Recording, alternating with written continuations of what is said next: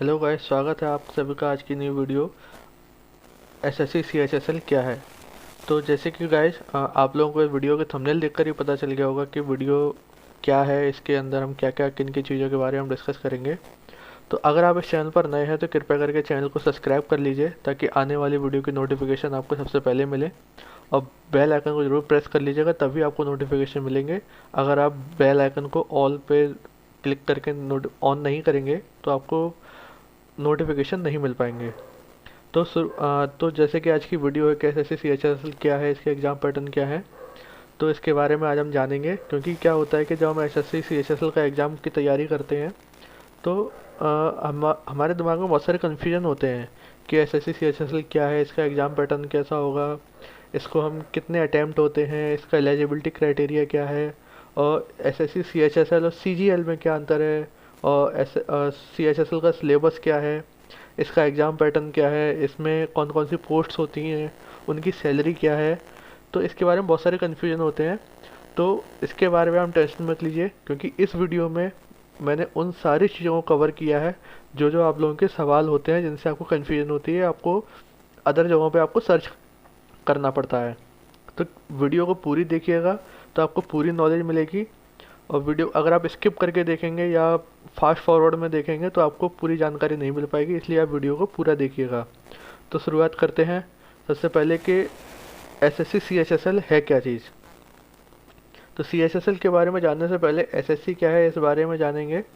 SSC का full form होता है स्टाफ सिलेक्शन कमीशन। एसएससी एक ऐसी संस्था है जो भारत के विभिन्न प्रकार के डिपार्टमेंट के लिए कर्मचारियों का चयन करती है अथवा चुनाव करती है।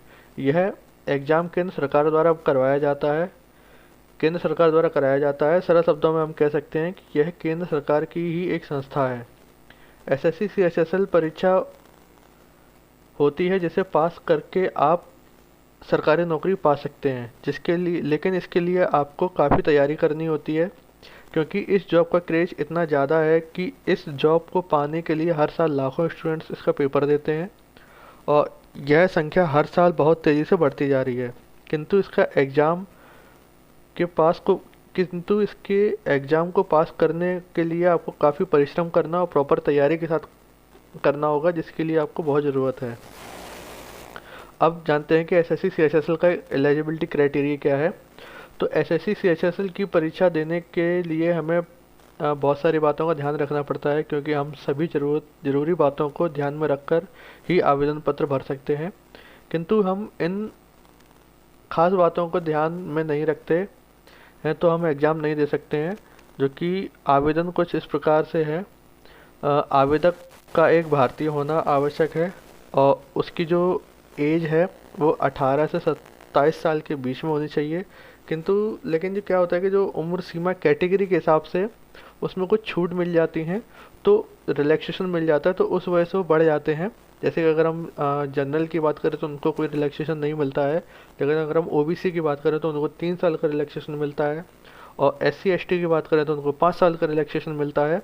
और अगर वो विकलांग है तो उसको 10 साल का रिलैक्सेशन मिलता है, लेकिन उसके लिए उसको सर्टिफिकेट उसमें लगाना होगा, तभी वो पता चले, तभी वो मान्य होगा। और एसएससी से एचएसएल की परीक्षा देने के लिए आवेदक किसी मान्यता प्राप्त बोर्ड या विश्वविद्यालय से पास किया होना चाहिए। इस प्रकार इन मूलभूत का पालन करने के बाद एसएससी सीएचएसएल का एग्ज़ाम दे सकते हैं। यानी कि ये सारी चीज़ें होनी चाहिए, तभी आप एसएससी सीएचएसएल का एग्ज़ाम आप दे सकते हैं। तो एसएससी सीएचएसएल एग्ज़ाम की अटेम्प्ट कितने होते हैं। तो एसएससी सीएचएसएल एग्ज़ाम में शामिल होने के प्रयासों की कोई सीमा नहीं है। आप जितनी बार चाहें एग्ज़ाम में बैठ सकते हैं। बस शर्त सिर्फ इतनी है कि आप सीएचएसएल के लिए किस एग्ज़ाम के सभी शर्तों जैसे एज लिमिट, एग्ज़ाम क्वालिफ़िकेशन इत्यादि, इन सभी बातों का ध्यान रखना बहुत ज़रूरी है। अन्यथा आप जब चाहें एग्ज़ाम दे सकते हैं। यानी कि जो उनके जो रूल्स और रेगुलेशन होते हैं उनको अगर आप फॉलो करेंगे और उसके अकॉर्डिंग अगर आप एग्ज़ाम देंगे तो आप एग्ज़ाम दे सकते हैं। कोई इसकी एज सॉरी अटेम्प्ट की कोई लिमिट नहीं है। आप जानते हैं कि एग्ज़ाम किन के लिए आवश्यक है, या जो सीएचएसएल का एग्ज़ाम है वो किन के लिए आवश्यक है। तो CHSL के नाम से ही आपको अंदाज़ा लग गया होगा कि यह एग्ज़ाम किन के लिए ज़रूरी है। यह एग्ज़ाम उन सभी स्टूडेंट्स के लिए ज़रूरी है जो पढ़ाई कर रहे हैं या कर चुके हैं और जो कि सरकारी नौकरी पाना चाहते हैं। सरल शब्दों में कहें तो यह एग्ज़ाम उन सभी के लिए ज़रूरी है जिन्होंने 12वीं पास कर ली है। एग्ज़ाम के द्वारा आप केंद्र सरकार में जुड़े किसी विभाग में जॉब प्राप्त कर सकते हैं, यानी कि जो 12th पास कर चुके हैं और जिनकी एज 18 साल से ऊपर है वो SSC CHSL में अप्लाई कर सकते हैं। अब आगे बढ़ते हैं कि SSC CHSL और CGL में क्या अंतर होता है। दोस्तों, इसमें बेसिक सा अंतर होता है कि CHSL एग्ज़ाम 12वीं पास के लिए होता है और जबकि CGL जो एग्ज़ाम होता है वो ग्रेजुएशन के बाद होता है। अब CHSL की परीक्षा में उम्मीदवार CGL के मुकाबले ज़्यादा होते हैं क्योंकि यह 12वीं बेसिस पर होती है और CGL परीक्षा देने के बाद स्टूडेंट्स SSC CHSL का एग्ज़ाम भी दे सकते हैं, किंतु इनकी उम्र भी अलग अलग है। साथ ही इनके पोस्ट और सैलरी भी अलग अलग है। CGL और CHSL दोनों Tier 1 का एग्ज़ाम पैटर्न एक सा ही होता है, परंतु CGL और CHSL के बाकी टीयर अलग अलग होते हैं। ऐसा नहीं कि CHSL के लिए कम पढ़ना और CGL के लिए ज़्यादा पढ़ना होता है। दोनों एग्ज़ाम पास करने के लिए मेहनत और परिश्रम ज़रूरी है। दोनों एग्ज़ाम का लेवल ही काफ़ी हद तक एक समान होता है। अब बात करते हैं कि CHSL में पोस्ट कौन कौन सी होती हैं। तो CHSL में निम्नलिखित पोस्ट होती हैं, जैसे कि पहली है लोअर डिवीज़न क्लर्क जिसको हम LDC बोलते हैं, और डेटा एंट्री ऑपरेटर जिसको DEO बोलते हैं, कोर्ट क्लर्क जिसको CC बोलते हैं, और पोस्टल असिस्टेंट या शॉर्टिंग असिस्टेंट जिसको हम PA या SA बोलते हैं। अब बात करते हैं कि इनकी सैलरी क्या होती है। तो इनकी सैलरी, अगर मैं आपको एनुअल इनका पैकेज बताऊं, यानी कि जो सालाना जो इनकी सैलरी होती है, इन हैंड सैलरी के बारे में अगर बात करें तो जो LDC यानी कि लोअर डिवीज़न क्लर्क हैं उनकी जो सालाना सैलरी होती है वो है 2 लाख से 2,40,000 रुपये तक। ये इनकी सालाना सैलरी होती है।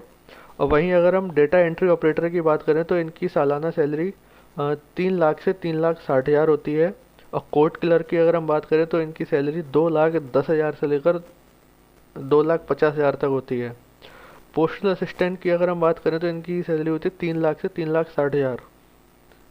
अब यही अगर मैं आपको इनकी सैलरी, ये तो हुआ वार्षिक यानी कि जो एनुअल होती है। अगर मैं आपको ये मंथली सैलरी अगर इनकी आपको मैं बताऊं तो वो जैसे लोअर डिवीज़न क्लर्क की होती है वो थी 18,777 से लेकर 22,411। और डेटा एंट्री ऑपरेटर की जो जॉब होती है उसकी जो सैलरी है वो 25,165 से लेकर 31,044 तक, सॉरी 45 रुपये। और कोर्ट क्लर्क की 18,777 से लेकर 22,411। और पोस्टल असिस्टेंट या सर्टिंग असिस्टेंट की सैलरी होती है 25,165 से 31,045 रुपये तक। तो ये तो हुआ इनकी सैलरी के बारे में। अब इनकी जो एग्ज़ाम फ़ीस होती है, जब हम इसका फॉर्म डालते हैं तो इसकी एग्ज़ाम फ़ीस क्या होती है। तो SSC CHSL में आवेदन करने के लिए आपको केवल 100 रुपये का आवेदन शुल्क लगेगा। महिलाओं, SC ST और शारीरिक रूप से विकलांग के लिए कोई राशि नहीं लगती है, उनके लिए फ्री होता है। यानी कि जैसे कि अगर आप SC ST या फीमेल कैंडिडेट हैं या शारीरिक रूप से विकलांग है तो आपके लिए कोई फीस नहीं लगेगी, आपके लिए निःशुल्क है। और अगर हम इसके एग्ज़ाम सिलेबस की अगर हम बात करें तो इसका एग्ज़ाम सिलेबस बहुत ही सिंपल होता है, जिसमें Tier 1 में इसको 3 भागों में बांटा गया है। SSC CHSL के एग्ज़ाम को 3 भागों में बांटा गया है, जो कि Tier 1 के अकॉर्डिंग अगर हम बात करें तो Tier 1 में जनरल इंटेलिजेंस और रीजनिंग और क्वांटिटेटिव एप्टीट्यूड, जनरल अवेयरनेस और इंग्लिश लैंग्वेज एंड कॉम्प्रिहेंशन आता है Tier 1 में। और Tier 2 की अगर हम बात करें तो Tier 2 का एग्ज़ाम ऐसे राइटिंग और लेटर्स एप्लीकेशन के लिए होता है, जो कि 200 से 250 और 150 से 200 शब्दों में करना होता है। इसके लिए कुछ सामान्य विषय दिए जाते हैं जिसके आधार पर ही एग्ज़ाम किया जाता है। जैसे कि अगर हम बात करें, अगर हम ऐसे राइटिंग की बात करें तो वो आता है 200 से 250 नंबर का। आपको 200 से 250 शब्दों में आपको लिखना होगा। और वहीं अगर हम लेटर या एप्लीकेशन की बात करूँ तो आपको 150 से 200 शब्दों में लिखना होगा, जिनके लिए कुछ सामान से विषय दे दिए जाते हैं, कुछ टॉपिक दे दिए जाते हैं, जिनके आधार पर ही वो एग्ज़ाम होता है। वो टॉपिक कौन कौन से होते हैं? वो होते हैं जैसे टीयर 2 के लिए वो है जैसे politics, social issue, technology, finance and economy, sports और इन्वायरमेंट, ये उसके टॉपिक होते हैं। अगर हम टीयर 3 की बात करें तो टीयर 3 एग्ज़ाम मूल रूप से कंप्यूटर कौशल परीक्षण है, जिसमें 2 तरह के परीक्षण शामिल हैं। और जिसमें पहला है डेटा एंट्री स्किल टेस्ट और दूसरा है टाइपिंग टेस्ट, यानी कि उसमें आपकी डेटा एंट्री की स्किल आपकी चेक की जाएगी और टाइपिंग टेस्ट आपका लिया जाएगा कि आप टाइपिंग कितनी अच्छी कर लेते हैं और कितने वर्ड पर मिनट आपकी स्पीड आती है। अब CHSL का एग्ज़ाम पैटर्न क्या है? तो एग्ज़ाम पैटर्न जो कि है टीयर 1 एग्ज़ाम ऑनलाइन करवाएगी, जिसमें 4 भाग होते हैं जो कि आपको बता दिया है, और यह कुल मिलाकर लगभग 100 प्रश्न होते हैं और हर प्रश्न में आपको 4 विकल्प दिए जाएंगे, जिसमें से आपको केवल एक ही विकल्प चुनना होगा। आपके द्वारा दिए गए गलत उत्तर के लिए आपको 0.5 अंक काट दिए जाएंगे, जिससे नेगेटिव मार्किंग भी कहा जाता है। आपके लिए टीयर 1 की समय सीमा अधिकतम 60 मिनट होती है, किंतु शारीरिक रूप से जो विकलांग स्टूडेंट्स होते हैं उनके लिए 80 मिनट होती है। अब CHSL और CGL टीयर 1 का एग्ज़ाम पैटर्न बिल्कुल एक समान होता है, कोई ज़्यादा डिफरेंस नहीं होता है। यानी कि वो भी जैसे उसमें 4 जो टॉपिक दिए जाते हैं, चारों के 25-25 नंबर के होते हैं, और इसमें भी 4 टॉपिक दिए गए हैं और चारों 25-25 नंबर के आते हैं, यानी टोटल 100 क्वेश्चन हो जाते हैं। तो सेम पैटर्न है, कोई अलग नहीं है, और ये भी ऑनलाइन ही होता है। देखिए मैंने ये दिखा रखा है, जिसमें जनरल इंटेलिजेंस 25 नंबर का और 25 क्वेश्चन आते हैं, ऐसे क्वांटिटेटिव एप्टीट्यूड के, जनरल अवेयरनेस और इंग्लिश कॉम्प्रिहेंशन, इन सभी के 25-25 क्वेश्चन आते हैं, और 50 हर प्रत्येक सब्जेक्ट में 50-50 नंबर होते हैं, यानी कि टोटल 200 नंबर होते हैं, और इसके लिए समय मिलता है 60 मिनट का। लेकिन ये सब चीज़ होती है नेगेटिव मार्किंग के साथ। अब टीयर 2 की अगर हम बात करें तो जो कि जैसे कि मैंने आपको पहले ही बताया था कि वो भी 200 से 250 नंबर का होता है, 200 से 250 शब्दों का होता है, और 150 से 200 शब्दों के लिए होता है, जिसके जो पॉइंट्स हैं वो आपको बता दिए हैं, जैसे कि political issue, social issue, technology, finance, economy और स्पोर्ट्स और एनवायरनमेंट। अब इसके जो पैटर्न है उसका वो ये है कि अगर हम टीयर 2 में ऐसे की बात करें तो ऐसे 200 से 250 वर्ड लिमिट होती है कम से कम, जिसके लिए आपको 100 नंबर मिलेंगे। ऐसे ही लेटर या एप्लीकेशन में 150 से 200 शब्द लिखने होंगे कम से कम, जिसके लिए भी आपको 100 नंबर ही दिए जाएंगे। तो अब हम टीयर 3 की बात करें जिसमें आपका स्किल या टाइपिंग टेस्ट होती है, जिसमें डेटा एंट्री ऑपरेटर का आपका स्किल टेस्ट होगा, और lower division clerk, junior secretary और असिस्टेंट और सॉर्टिंग असिस्टेंट के लिए आपका टाइपिंग टेस्ट होगा। तो ये जैसे जब मैंने आपको 4 पोस्ट बताई, तो चारों पोस्ट के हिसाब से इसमें जो स्किल टेस्ट इसमें दिया गया है, यानी कि अगर आप डेटा एंट्री ऑपरेटर में जाते हैं तो आपका स्किल टेस्ट होगा, और लोअर डिवीज़न क्लर्क या जूनियर असिस्टेंट या पोस्टल असिस्टेंट या सॉर्टिंग असिस्टेंट बनते हैं तो आपका टाइपिंग टेस्ट होगा। तो जहाँ तक कि मुझे लगता है कि आपको इस वीडियो के माध्यम से सारी चीज़ें आपको पता चल गई होंगी। अगर फिर भी आपके कोई सवाल है या आपको लगता है कि नहीं मेरा ये चीज़ अभी और जाननी है या ये मुझे और पूछना है, तो आप उसके लिए आप अपना सवाल या अपनी कोई भी समस्या को आप कमेंट कर दीजिए, मैं उसका जल्द से जल्द जवाब देने की कोशिश करूँगा। और उम्मीद करता हूँ कि आप सभी लोगों को ये वीडियो पसंद आई होगी। अगर आपको वीडियो पसंद आई है तो इस वीडियो को लाइक कीजिए और प्लीज़ अपने दोस्तों के साथ शेयर कीजिए, और अगर कोई भी सवाल है आपका तो इस वीडियो को कमेंट जरूर कीजिएगा, ताकि आपकी सारी समस्याओं को हल किया जा सके। और अगर आपको वीडियो अभी भी अच्छी लगी है, यानी कि अगर आपने वीडियो पूरी देखी है और वीडियो आपको अच्छी लगी, तो प्लीज़ चैनल को सब्सक्राइब कर लीजिए और बेल आइकन को दबा दीजिए, ताकि आपको आगे आने वाली वीडियो का नोटिफिकेशन जल्द से जल्द मिले। वीडियो को देखने के लिए धन्यवाद।